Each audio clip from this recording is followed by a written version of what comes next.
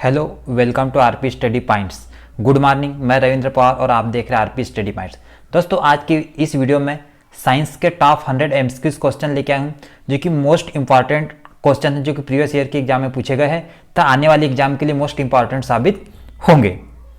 दोस्तों, अगर आप किसी प्रतियोगिता परीक्षा की तैयारी कर रहे हैं तो आप हमारे चैनल आरपी स्टडी पॉइंट को सब्सक्राइब करके बेल आइकन को दबाइए, जिससे आपको लेटेस्ट वीडियो के नोटिफिकेशन प्राप्त होते रहे। अगर आप को वीडियो अच्छा लगे तो आप वीडियो को लाइक और अपने दोस्तों में शेयर जरूर करें। आइए दोस्तों, स्टार्ट करते हैं क्वेश्चन से। प्रश्न नंबर पहला है, मानव शरीर में कौन सी ग्रंथि रक्तचाप नियंत्रित करती है? तो इसका सही आंसर आ जाएगा ऑप्शन नंबर ए, जो थाइमस ग्रंथि है, ये मानव शरीर में रक्तचाप नियंत्रित करती है। दोस्तों, ये थाइमस ग्रंथि है, ये यौवन तक ही सीमित होती है। इसके बाद ये ग्रंथि ऑटोमेटिक त्वचा का रूप ले लेती है। दोस्तों, ऑप्शन नंबर जो बी है, जो थायराइड ग्रंथि है, ये मानव शरीर की सबसे बड़ी अंतःस्रावी ग्रंथि है।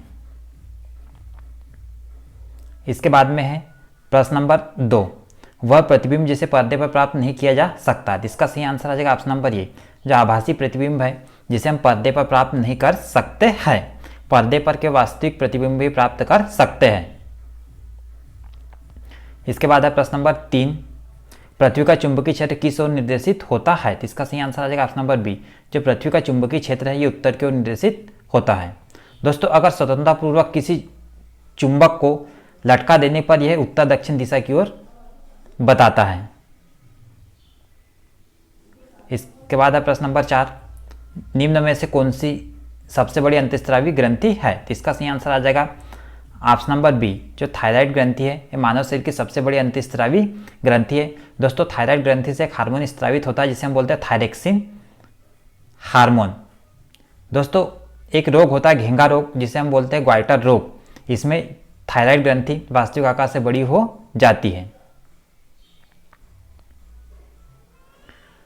इसके बाद है प्रश्न नंबर 5, किसी चुंबक की आकर्षण शक्ति कहाँ सबसे अधिक होती है? तो इसका सही आंसर आ जाएगा ऑप्शन नंबर ए, जो दोनों किनारे हैं, यहाँ पर किसी चुंबक की आकर्षण शक्ति सबसे अधिक होती है। इसके बाद है प्रश्न नंबर 6, चुंबकीय फ्लक्स का मात्रक है? तो इसका सही आंसर आ जाएगा ऑप्शन नंबर बी, जो वेबर है, ये चुंबकीय फ्लक्स का मात्रक है। दोस्तों, चुंबकीय क्षेत्र का अगर मात्रक पूछा जाए तो चुंबकीय क्षेत्र का मात्रक है टेस्ला। इसके बाद प्रश्न नंबर 7, प्रथम विश्व युद्ध में किस गैस का उपयोग रासायनिक हथियार के रूप में किया गया था? तो इसका सही आंसर आ जाएगा ऑप्शन नंबर बी, जो है मस्टर्ड गैस का उपयोग प्रथम विश्व युद्ध में रासायनिक हथियार के रूप में उपयोग किया गया था। दोस्तों, ऑप्शन नंबर जो डी है, ल्यूसाइड का उपयोग द्वितीय विश्व युद्ध में रासायनिक हथियार के रूप में उपयोग किया गया था। इसके बाद है प्रश्न नंबर 8, व्हाइट गोल्ड के नाम से किसे जाना जाता है? तो इसका सही आंसर आ जाएगा ऑप्शन नंबर डी, जो प्लेटिनम है, इसे व्हाइट गोल्ड के नाम से जाना जाता है। दोस्तों, प्लेटिनम का सिंबल है Pt। दोस्तों, अगर एग्जाम में पूछा जाए कि किसे ब्लैक गोल्ड के नाम से जाना जाता है, तो इसका आंसर आता जो पेट्रोलियम है, इसे हम ब्लैक गोल्ड के नाम से जानते हैं, पेट्रोलियम। इसके बाद है प्रश्न नंबर 9, वनस्पति तेलों से कृत्रिम घी बनाने में किस उत्प्रेरक का उपयोग किया जाता है? तो इसका सही आंसर आ जाएगा ऑप्शन नंबर ए, जो निकिल उत्प्रेरक का उपयोग वनस्पति तेलों से कृत्रिम घी बनाने में किया जाता है। दोस्तों, यहाँ शब्द है उत्प्रेरक। उत्प्रेरक वे रासायनिक कारक होते हैं जो किसी अभिक्रिया की वेग को कम या ज्यादा करते हैं। इसके बाद है प्रश्न नंबर 10, वृक्षिका किसमें पाए जाते हैं? तो इसका सही आंसर आ जाएगा ऑप्शन नंबर ए, जो तंत्रिका उत्तक है, इसमें वृक्षिका पाए जाते हैं। दोस्तों, ये पेड़ों की जड़ों के समान होते हैं, जिन्हें हम बोलते हैं डेंड्राइट्स।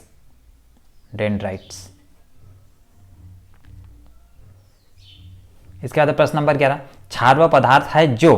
तो इसका सही आंसर आ जाएगा ऑप्शन नंबर डी, जो कि प्रोटॉन ग्रहण करता है।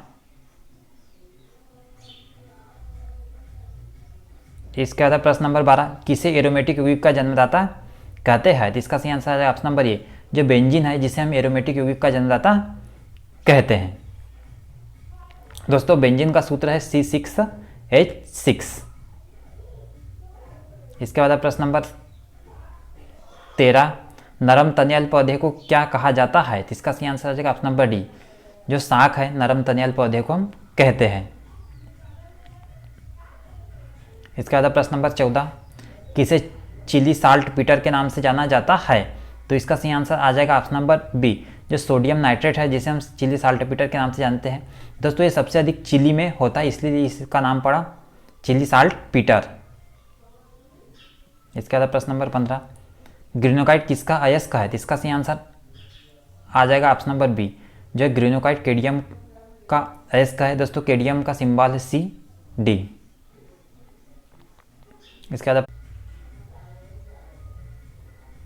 इसके बाद प्रश्न नंबर 16, न्यूट्रॉन की खोज किसने की? इसका सही आंसर है ऑप्शन नंबर ए, जो जेम्स चैडविक है, इन न्यूट्रॉन की खोज की। दोस्तों न्यूट्रॉन पर कोई आवेश नहीं होता है, ये उदासीन कण होते हैं। इसके बाद जो ऑप्शन नंबर जो बी है, थॉमसन ने इलेक्ट्रॉन की खोज की थी और इलेक्ट्रॉन पे माइनस आवेश है। इसके बाद जो ऑप्शन नंबर सी है, गोल्डस्टीन ने प्रोटॉन की खोज की और प्रोटॉन पे प्लस आवेश होता है। इसके बाद ऑप्शन नंबर जो डी है, जॉन डाल्टन, इन्होंने परमाणु सिद्धांत की खोज की।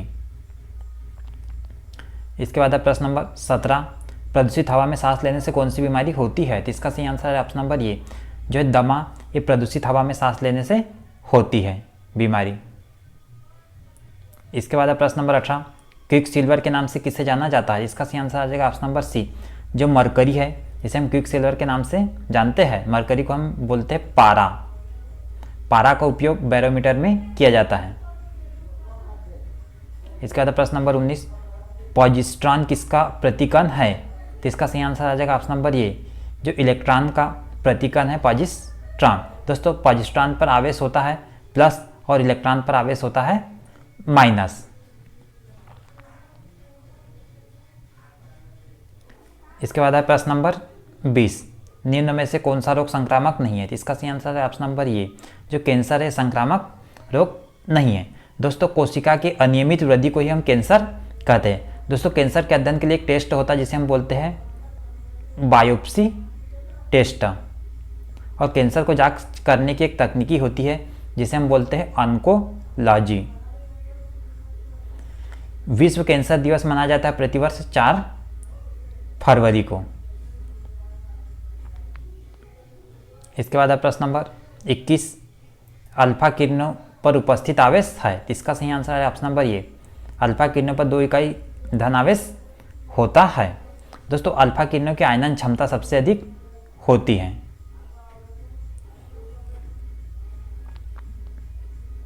इसका प्रश्न नंबर 22, किस कोशिका में छिद्रित कोशिका भित्ति नहीं होती है? इसका सही आंसर है ऑप्शन नंबर डी, जो सहचर कोशिका है, इसमें छिद्रित कोशिका भित्ति नहीं होती है। बाकी जो ऑप्शन नंबर ये है, ट्रेकेड, वाहिकाएं और चालनी नलिकाएं, इनमें सब में छिद्रित कोशिका भित्ति होती है। इसके बाद है प्रश्न नंबर 23, किस किरणों की भेदन क्षमता सर्वाधिक होती है? इसका सही आंसर आ जाएगा ऑप्शन नंबर सी, जो गामा किरणें हैं, इनकी भेदन क्षमता सबसे अधिक होती है, परंतु इनकी आयनन क्षमता सबसे कम होती है।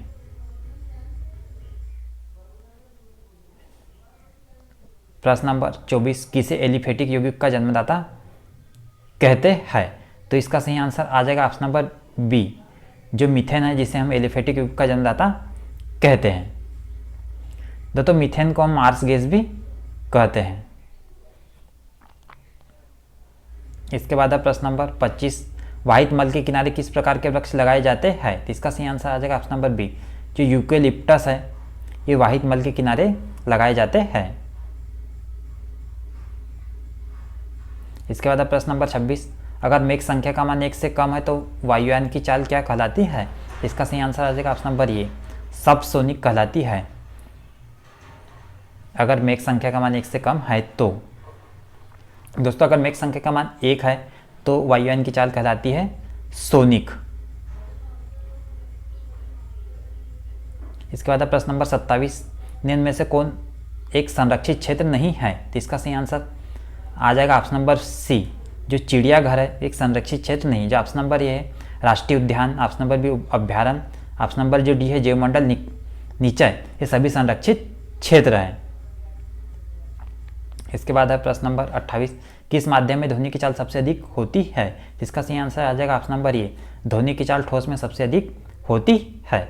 दोस्तों अगर पूछा जाए कि किस माध्यम में प्रकाश की चाल सबसे अधिक होती है, तो प्रकाश की चाल सबसे अधिक होती है निर्वात में।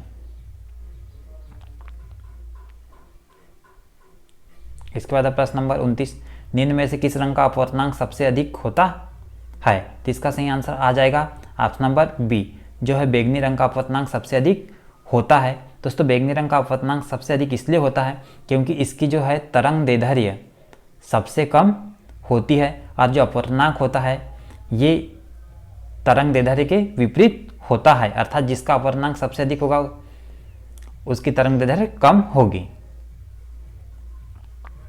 इसके बाद प्रश्न नंबर 30, मायोपिया दोष के निवारण के लिए किस लेंस का उपयोग करते हैं? तो इसका सही आंसर आ जाएगा ऑप्शन नंबर ए, जो है अवतल लेंस का उपयोग करते हैं मायोपिया दोष के निवारण के लिए। दोस्तों मायोपिया दोष जिसे हम बोलते हैं निकट दृष्टि दोष, दोस्तों इस दोष में जो प्रतिबिंब है रेटिना पर न बनकर रेटिना के आगे बनता है। इस दोष में निकट की वस्तु दिखाई देती है परंतु दूर की वस्तु दिखाई नहीं देती है। इस दोष में जो है दोस्तों फोकस दूरी कम हो जाती है, ये सबसे महत्वपूर्ण तथ्य आपको याद रखना है। इसके बाद प्रश्न नंबर 31, विशिष्ट चालकता का मात्रक क्या है? तो इसका सही आंसर आ जाएगा ऑप्शन नंबर जो डी है, सीमेन मीटर इनवर्स है, ये विशिष्ट चालकता का मात्रक है। तो ऑप्शन नंबर जो ये है ओम, ये प्रतिरोध का मात्रक है।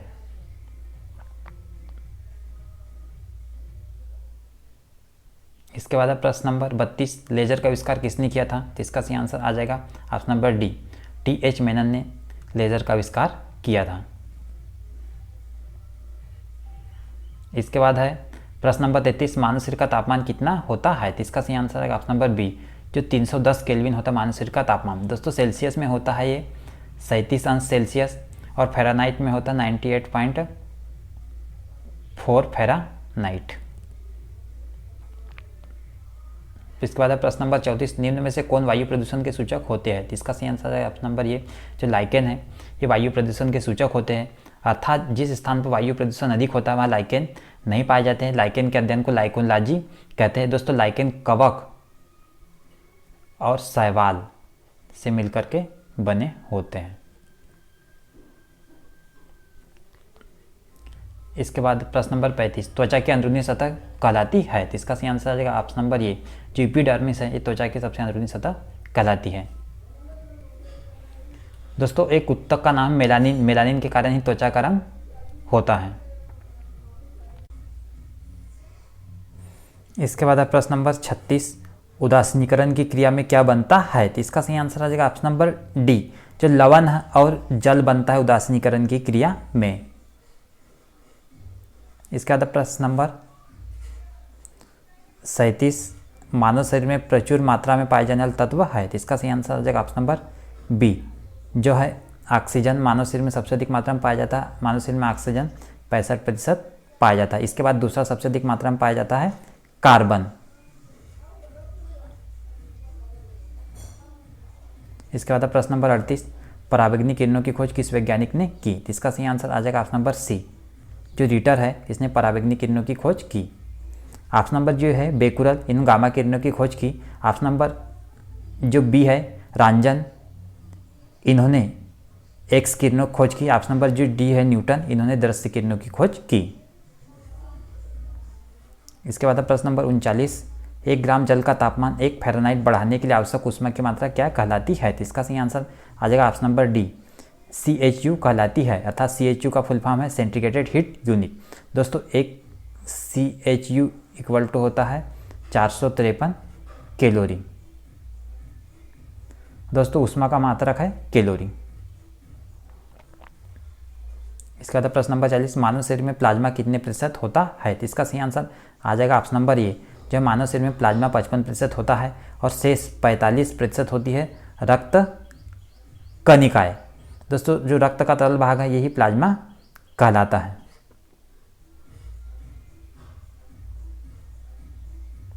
इसके बाद प्रश्न नंबर 41, निम्न में से किसमें शुद्ध रक्त बहता है? इसका सही आंसर आ जाएगा ऑप्शन नंबर ए, जो धमनी है, इसमें शुद्ध रक्त बहता है। दोस्तों धमनी का काम है शरीर को हृदय से शरीर के विभिन्न अंगों तक ले जाना। धमनी शरीर के अंदरूनी भाग में होती है। इसके बाद है प्रश्न नंबर 42, सोते समय रक्तदाब में क्या परिवर्तन होता है? तो इसका सही आंसर है ऑप्शन नंबर बी, जो है घट जाता है सोते समय रक्तदाब। इसके बाद है प्रश्न नंबर 43, मछलियों के हृदय में कितने कोष्ठ होते हैं? तो इसका सही आंसर है ऑप्शन नंबर डी, मछलियों 2 कोष्ठ होते हैं मछलियों के हृदय में। इसमें एक कालीन और एक नीला है। इसके बाद प्रश्न नंबर 44, प्रोटीन की कमी से होने वाले रोग की पहचान कीजिए। इसका सही आंसर ऑप्शन नंबर डी, जो क्वाशीरियोकर रोग है ये प्रोटीन की कमी से होता है। दोस्तों ऑप्शन नंबर ये है स्कर्वी, ये विटामिन सी की कमी से होता है। ऑप्शन नंबर बी जो रतौंधी विटामिन ए की कमी से होता है। ऑप्शन नंबर जो सी है बेरी ये विटामिन बी की कमी से होता है। इसके बाद प्रश्न नंबर 45, जल से भय किस रोग का लक्षण है? तो इसका सही आंसर आ जाएगा ऑप्शन नंबर डी, रेबीज।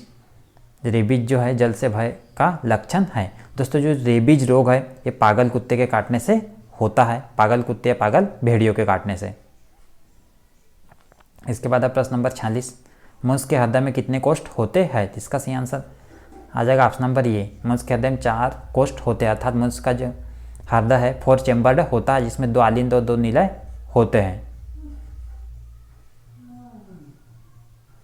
इसके बाद प्रश्न नंबर 47, मानव शरीर का सबसे व्यस्त अंग कौन सा है? तो इसका सही आंसर है ऑप्शन नंबर ए, जो हृदय है मानव शरीर का सबसे व्यस्त अंग है। दोस्तों मनुष्य में हृदय का वजन होता है 300 ग्राम पुरुषों में और 250 ग्राम है ये महिला में होता है। मनुष्य के शरीर में हृदय का मुख्य काम है रक्त को पंपिंग करना। इसके बाद प्रश्न नंबर 48, रेडियो सक्रियता की इकाई है? तो इसका सही आंसर आ जाएगा ऑप्शन नंबर बी, क्यूरी, जो कि रेडियो सक्रियता या रेडियो एक्टिविटी की इकाई है।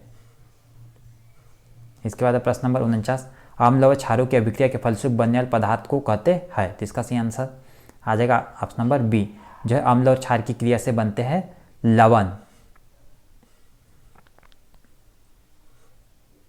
इसके बाद प्रश्न नंबर 50, किस रुधिर वर्ग में कोई एंटीजन नहीं पाया जाता है? तो इसका सही आंसर आ जाएगा ऑप्शन नंबर डी, जो वो रुधिर वर्ग में कोई एंटीजन नहीं पाया जाता है, इसी कारण ये सभी को रक्त दे सकता है। इसके बाद प्रश्न नंबर 51, पित्त किसके द्वारा स्रावित होता है? तो इसका सही आंसर आ जाएगा ऑप्शन नंबर बी, पित्त यकृत के द्वारा स्रावित होता है। पित्त दोस्तों यकृत के द्वारा स्रावित होता है पित्त, और पित्त एकत्रित होता है पित्ताशय में, जो कि यकृत के नीचे स्थित होते हैं। पित्ताशय, यकृत मानव शरीर की सबसे बड़ी ग्रंथि है। प्रश्न नंबर 52, लार में कौन सा एंजाइम पाया जाता है? जिसका सही आंसर है ऑप्शन नंबर बी, जो टाइलिम एंजाइम है लार में पाया जाता है। दोस्तों इसके अतिरिक्त और एक एंजाइम होता है जिसे हम बोलते हैं लाइसोजाइम एंजाइम, ये भी लार में पाया जाता है टाइलिन के साथ में। इसके बाद प्रश्न नंबर 53, निम्न में से कौन सी ग्रंथि वृद्धावस्था में लुप्त हो जाती है? जिसका सही आंसर है ऑप्शन नंबर ए, जो थाइमस ग्रंथि है ये वृद्धावस्था में लुप्त हो जाती है। इसके बाद प्रश्न नंबर 54, मानव शरीर की दूसरी सबसे बड़ी ग्रंथि कौन सी है? तो इसका सही आंसर आ जाएगा ऑप्शन नंबर डी, जो अग्नाशय मानव शरीर की दूसरी सबसे बड़ी ग्रंथि है। दोस्तों अग्नाशय है ये मिश्रित ग्रंथि है, अर्थात अंतःस्रावी एवं बहिस्रावी दोनों का कार्य करती है। दोस्तों अगर पूछा जाए कि सबसे बड़ी ग्रंथि कौन सी है मानव शरीर में, तो यकृत जो है ये मानव शरीर में सबसे बड़ी ग्रंथि है। इसके बाद प्रश्न नंबर 55, 1 ग्राम वसा के ऑक्सीकरण से कितने कैलोरी ऊर्जा प्राप्त होती है? तो इसका सही आंसर रहेगा ऑप्शन नंबर बी, 9.3 कैलोरी ऊर्जा प्राप्त होती है 1 ग्राम वसा के ऑक्सीकरण से। दोस्तों 1 ग्राम कार्बोहाइड्रेट के ऑक्सीकरण से प्राप्त होती है 4.2 किलो कैलोरी ऊर्जा।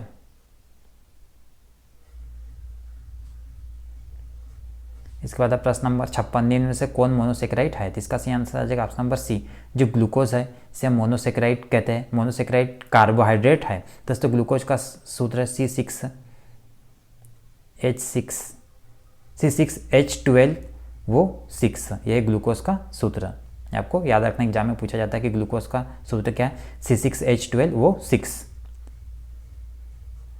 इसके बाद प्रश्न नंबर 57, निम्नलिखित में से कौन एक वायुमंडल के ओजोन परत की मोटाई नापने की इकाई है? तो इसका सही आंसर है ऑप्शन नंबर बी, जो डाप्सन है ये वायुमंडल के ओजोन परत की मोटाई नापने की इकाई है।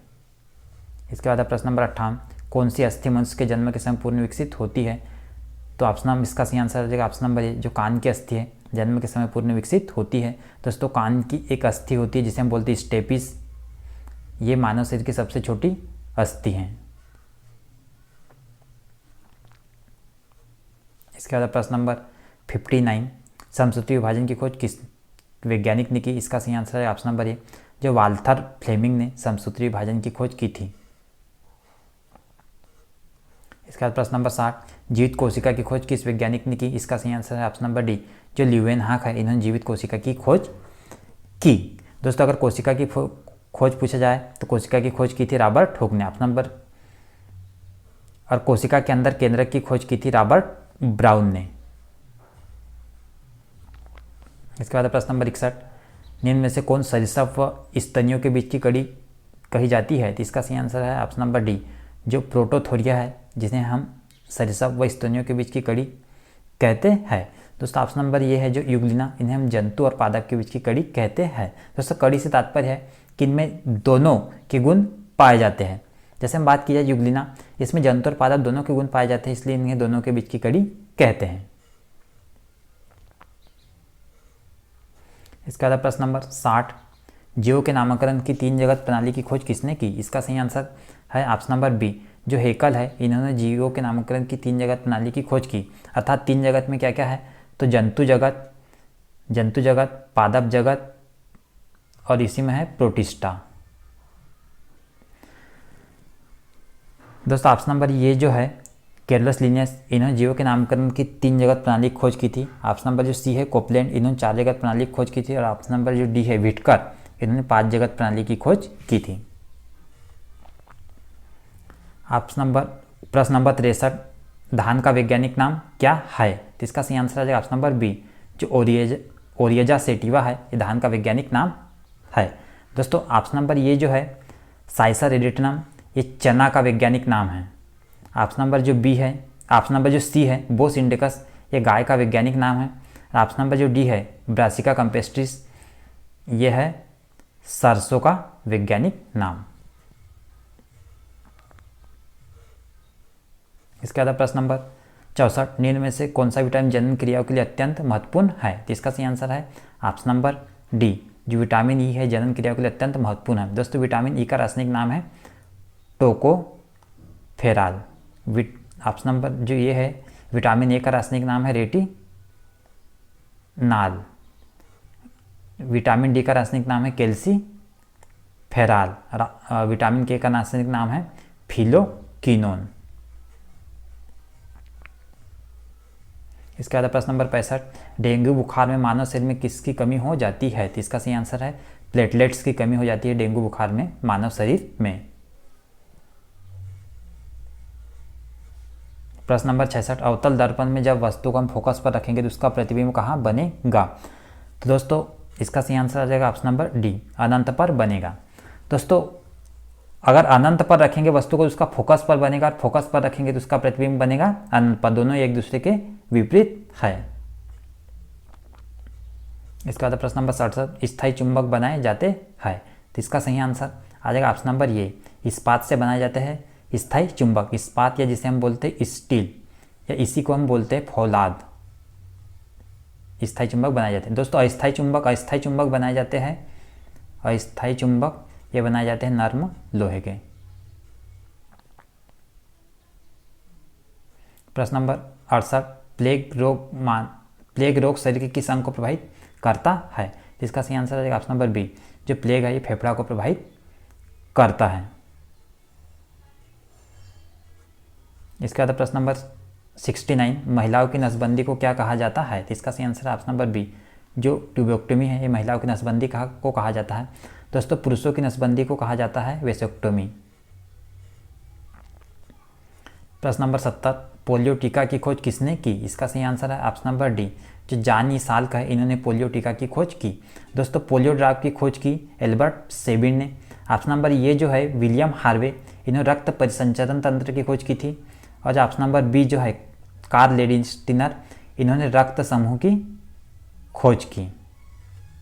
और विलियम हार्वे इन्होंने रक्त परिसंचरण तंत्र की खोज की, परिसंचरण तंत्र की। इसके बाद प्रश्न नंबर 71, कैडमियम प्रदूषण किससे संबंध है? इसका सही आंसर ऑप्शन नंबर डी, जो कैडमियम प्रदूषण है इटाइटाई से संबंधित है। इसके बाद प्रश्न नंबर 72, किसे मार्स गैस के नाम से जाना जाता है? इसका सही आंसर ऑप्शन नंबर बी, जो मीथेन है इन्हें मार्स गैस के नाम से जानते हैं। दोस्तों इन्हें मार्स गैस इसलिए कहते हैं क्योंकि ये दलदल वाली भूमि में पाई जाती है, इसलिए इनका नाम पड़ा मार्स गैस। इसके बाद प्रश्न नंबर 73, किसे मुलायम कोयला कहते हैं? इसका सही आंसर है ऑप्शन नंबर ये, जो बिटुमिनस है जिसे हम मुलायम कोयला कहते हैं। दोस्तों ऑप्शन नंबर जो बी है लिग्नाइट, लिग्नाइट जिसे हम बोलते हैं भूरा कोयला। ऑप्शन नंबर जो सी है पीट, एक कोयला निर्माण की प्रारंभिक अवस्था है। और जो ऑप्शन नंबर डी एंथ्रेसाइट सबसे उत्तम क्वालिटी का कोयला होता है, अर्थात जलने पर किसी प्रकार का अवशेष नहीं छोड़ता है एंथ्रेसाइट कोयला। इसके बाद प्रश्न नंबर 74, एक टकराव में हमेशा किसकी बचत होती है? तो इसका सही आंसर है ऑप्शन नंबर सी, टकराव में हमेशा संवेग की बचत होती है। तो जो संवेग होता है m इंटू वी, अर्थात द्रव्यमान इंटू वेग के गुणनफल को हम बोलते हैं संवेग।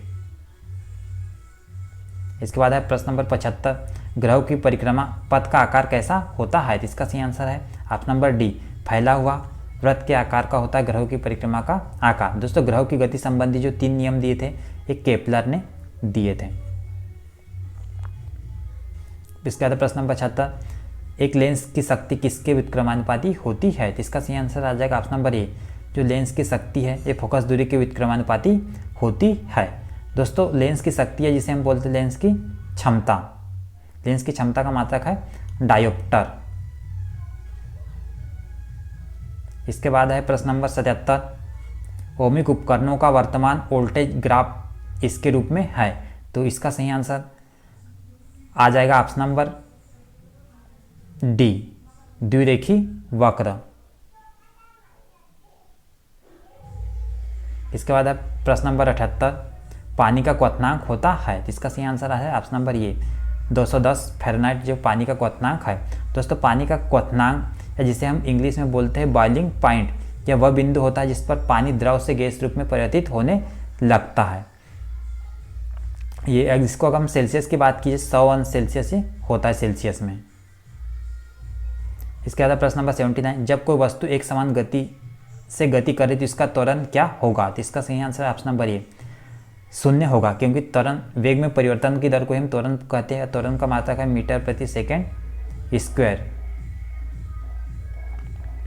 इसके बाद प्रश्न नंबर 80, यदि एक साधारण लोलक की लंबाई बढ़ा दी जाए तो इसका आवर्तकाल, तो इसका सही आंसर आ जाएगा ऑप्शन नंबर बी, बढ़ेगा, क्योंकि दोस्तों जो आवर्तकाल है इसकी लंबाई के समानुपाती होता है। इसका आवर्तकाल का फार्मूला है T = 2π √L/g, अर्थात L बढ़ेगा तो T भी बढ़ेगा।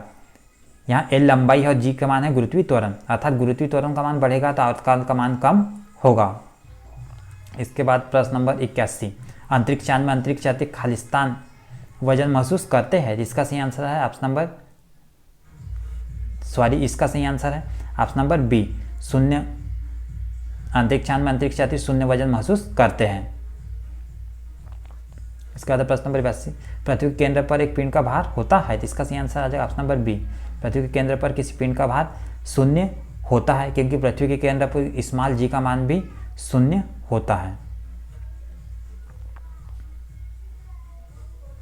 इसके बाद प्रश्न नंबर 83, बायोलॉजी शब्द का प्रयोग सर्वप्रथम किस वैज्ञानिक ने किया? इसका सही आंसर है ऑप्शन नंबर ए, जो लेमार्क है इन्होंने बायोलॉजी शब्द का प्रयोग किया। ऑप्शन नंबर जो बी है अरस्तु, अरस्तु को जीव विज्ञान का जनक कहते हैं। ऑप्शन नंबर जो सी है थियोप्रेस्टस, इन्हें वनस्पति विज्ञान का जनक कहते हैं। ऑप्शन नंबर जो डी है लिनियस, जिस इसका पूरा नाम केरलस लिनियस, इन्होंने जीवों के नामांकन की 2 जगत की प्रणाली दी थी।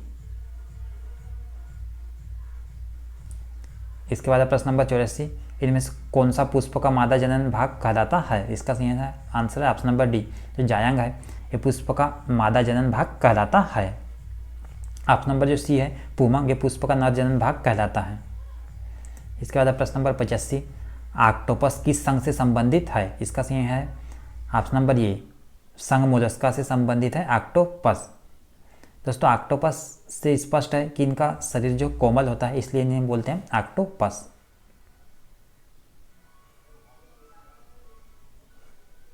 इसके बाद प्रश्न नंबर 86, किस रक्त समूह वाले व्यक्ति को सर्वग्राही कहते हैं? इसका सही है आंसर है ऑप्शन नंबर ए, जो AB प्लस वाले व्यक्ति को हम सर्वग्राही कहते हैं, यूनिवर्सल एक्सेप्टर।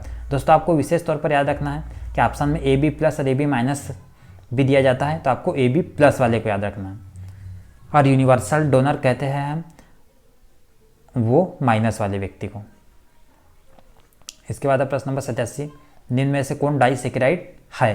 तो इसका सही आंसर आ जाएगा ऑप्शन नंबर A, जो माल्टोस है ये डाइसेकेराइड है। डाइसेकेराइड कार्बोहाइड्रेट्स है। इसका प्रश्न नंबर 88, निम्न में से कौन सी एक आनुवंशिक बीमारी है? जिसका सही आंसर आ जाएगा ऑप्शन नंबर डी, जो हीमोफीलिया है ये आनुवंशिक बीमारी है। अर्थात आनुवंशिक बीमारी वे बीमारी होती है जो पीढ़ी दर पीढ़ी चलते रहती है। इसके बाद प्रश्न नंबर 89, निम्न में से कौन श्वसन दर को प्रभावित नहीं करता? तो इसका सही आंसर आ जाएगा ऑप्शन नंबर बी, जो ऑक्सीजन है ये श्वसन दर को प्रभावित नहीं करती। बाकी जो प्रकाश है श्वसन दर को प्रभावित करता है।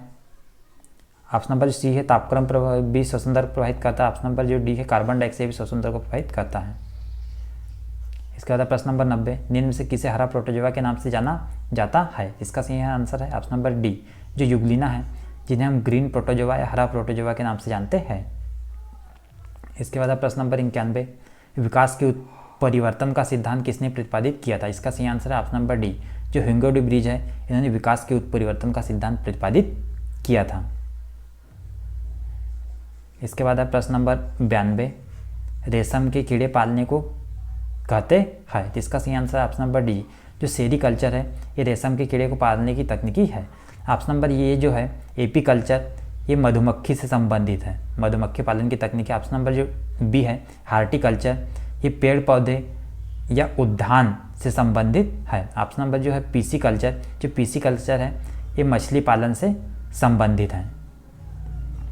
इसके बाद प्रश्न नंबर 93, विषाणु की खोज किस वैज्ञानिक ने की? इसका सही आंसर है ऑप्शन नंबर बी, इवानोव्स्की ने विषाणु की खोज की। दोस्तों विषाणु को सजीव और निर्जीव के बीच की कड़ी कहते हैं।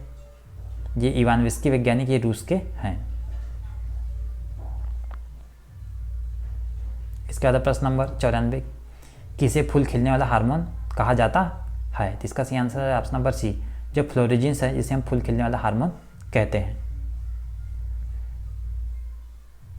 इसके बाद प्रश्न नंबर 95, खालिस्तान एक मात्रा है जो तरंग की प्रकृति का वर्णन नहीं करती। इसका सही आंसर आ जाएगा ऑप्शन नंबर ये, जो ऊंचाई है ये तरंग की प्रकृति का वर्णन नहीं करती है। दोस्तों इसका फार्मूला होता है, ये आपको याद रखने एग्जाम पूछा जाता है। तरंग का वेग इक्वल टू होता है आवृत्ति इंटू तरंग दैर्ध्य। इसके बाद प्रश्न नंबर 96, ध्वनि का तारतम्य किस पर निर्भर करता है? इसका सही आंसर है ऑप्शन नंबर बी, जो आवृत्ति पर निर्भर करता है ध्वनि का तारतम्य। इसके बाद है प्रश्न नंबर 97, टिंडल प्रभाव प्रकाश के खालिस्तान संबंधित है? इसका सही आंसर है ऑप्शन नंबर सी, जो प्रकीर्णन से संबंधित है टिंडल प्रभाव। दोस्तों सूर्य का प्रकाश जब कोलाइडिक किरणों पर पड़ता है तो सूर्य का प्रकाश इधर उधर बिखर जाता है, इसे हम बोलते हैं टिंडल प्रभाव। इसके बाद है प्रश्न नंबर 98, किसी तल के लंबवत कार्य करने वाला बल क्या कहलाता है? इससे हम इसका सही आंसर ऑप्शन नंबर डी, उत्क्षेप बल कहलाता है किसी तल के लंबवत कार्य करने वाला बल। इसे हम बोलते हैं बायोवेंट फोर्स। इसकी खोज की थी आर्किमिडीज ने। इसके बाद प्रश्न नंबर 99, किसी वस्तु पर लगने वाले गुरुत्वाकर्षण बल को क्या कहते हैं? इसका सही आंसर है ऑप्शन नंबर ए, भार कहते हैं किसी वस्तु पर लगने वाले गुरुत्वाकर्षण बल को। दोस्तों इसका भार का सूत्र है W इक्वल टू mg, अर्थात द्रव्यमान इंटू गुरुत्वीय त्वरण। इसके प्रश्न नंबर 100, झूले पर बैठे एक लड़के की गति होती है। इसका सही आंसर आ जाएगा ऑप्शन नंबर डी, आवृत्ति गति होती है झूले पर बैठे एक लड़के की गति। दोस्तों आवृत्ति गति वह गति होती है जब कोई वस्तु या पिंड एक समान सतह पर उसी स्थान पर बार बार गति करता है, इसे हम बोलते हैं आवृत्ति गति। जैसे घड़ी की सुई की गति भी आवृत्ति गति होती है। तो दोस्तों ये महत्वपूर्ण साइंस के 100 क्वेश्चन थे जो कि मोस्ट इम्पॉर्टेंट थे।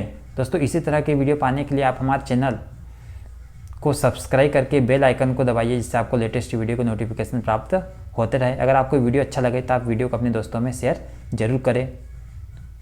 आज के लिए बस इतना ही। Thank you. Very much.